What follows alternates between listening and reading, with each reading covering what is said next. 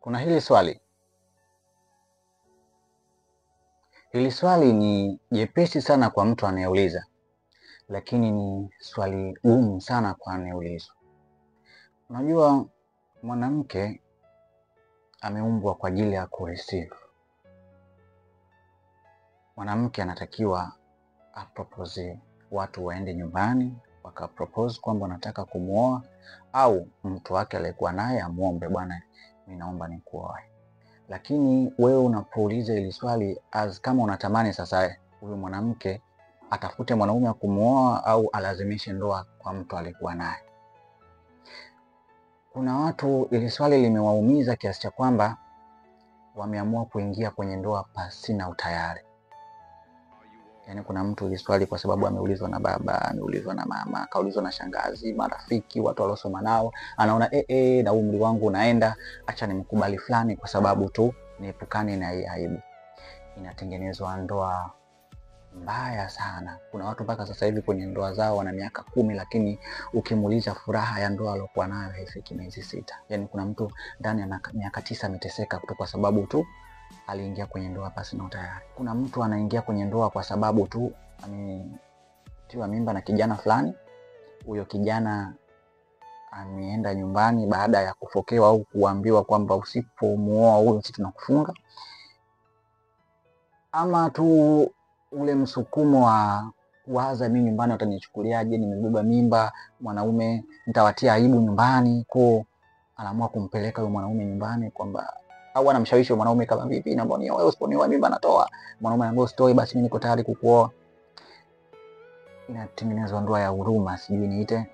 Kwa ni ndoa fulani ambayo mwanaume hayupo tayari, mwanamke hayupo tayari, wamejiorganize tu, wameamua kufunga ndoa, wanaenda kuishi wakiwa wote wawili, hakuna hata mmoja yupo tayari kuishi na mwenzake maisha ya ndoa. Hizo ndoa mara nyingi zinakuwa zina kelele sana. Zinakuwa zinashikiliwa na wanawake. Yaani ndoa ukiona imefika miaka 5, ujue hiyo ndoa ilishakufa miaka 2 iliyopita, ila hii miaka 3 ni mwanamke ameamua kuvumilia. So mpaka anakuja kuomba talaka au anakuja kuachana na ule mtu, ni kupotezeana muda. Yaani miaka 5, 10 ambayo mmeishi, hakuna ulichofanya. You got nothing kwenye hiyo ndoa, hakuna baraka. Zaidi tu mmewafurahisha watu kwa ile siku moja, alafu baada ya hapo mmeishi maisha magumu sana mpaka ambapo baada mmeamua kutengana na kila mtu anajilaumu miaka kadhaa ambayo amepoteza akiwa na mwenzake. So ambacho nataka kuzungumzia hapa ni utayari wa mtu. Dada yangu, nachokuomba usije ukaiomba ndoa kwa mwanaume. Cha kwanza, utakuwa umeshusha thamani yako sana. Cha pili, ndoa hautakiwi kuifukuzia. Ndoa inatakiwa ikutafute hapo ulipo. No matter what, mtu umekaa naye miaka 7, miaka 8, kama hajakutamkia swala la ndoa, pengine Mungu anakutafutia mtu sahihi. Atakuja mtu ndani ya miaka 8 wa 9 akatokea mwanaume ambaye anakupenda, then akakuoa. Au kama ni huyo, basi kuna nafasi Mungu akimweka atakuja atakuoa. So wewe usifanye chochote kile cha kuilazimisha ndoa eti kwa sababu umekaa naye miaka 2 ukaona huyu ananifaa basi ikawa tayari. Ndoa ina mambo mengi sana, na huwa inadumu kwa mwanaume akiwa tayari, na huwa ndoa mbaya sana kama mwanaume ataingia kwenye ndoa kwa sababu ya msukumo. Na nikigeuza upande wa pili, wewe mwanaume ambaye unataka kuoa, ukumbuke kwamba majukumu yote yanahusiana na familia. Ukishaingia kwenye ndoa sasa rasmi unakuwa umeyabeba. Unakuwa na familia 3 sasa: familia yako, familia hiyo ambayo wewe umeitengeneza, na familia ya upande wa kike. Kwa hiyo unapoingia kwenye ndoa uwe tayari na vitu vyote hivyo. Hakikisha kwamba kila kitu kinaenda sawa, na bwana, kama hujajipanga kuna mambo mengi sana.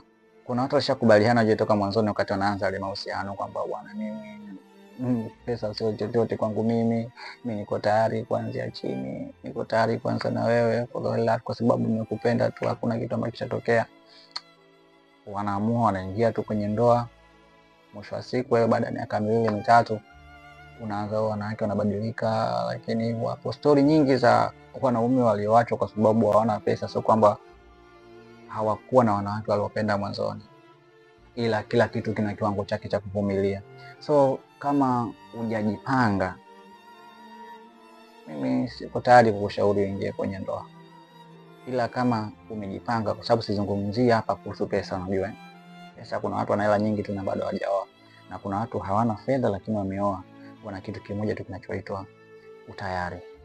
Hii ni kwa wote. Mwanaume usiingie kwenye ndoa kama haupo tayari, na mwanamke usikubali kuingia kwenye ndoa kama wewe mwenyewe haupo tayari.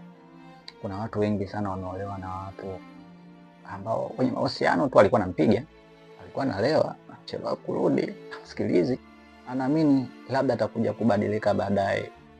My sister, iko ambacho ulikiona katika uchumba, akishakumiliki ukawa wake moja kwa moja, hata kidabo, kwa sababu anaamini hauna pa kwenda. Wapo wanawake ambao waliolewa tu kwa sababu hawana pa kwenda. Wapo wanawake wameolewa tu kwa sababu umri wao anahisi kwamba sasa hivi kukaa nyumbani ni aibu. Kuna wanawake wengine wameolewa ndo kama hao wengi, ambao kwa sababu tu amezaa na mtu au amebeba mimba yake.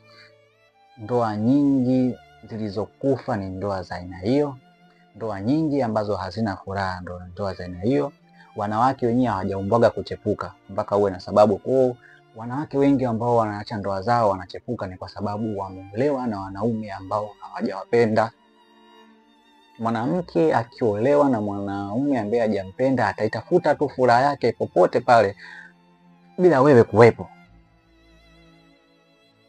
So kama ulilazimisha mwanamke umuoe kwa sababu tu kaamini kwamba ndo umeshashinda hiyo vita, brother, hiyo vita utakuja kugombana na kila mtu, utakuja kuua mtu, utakuja kufungwa.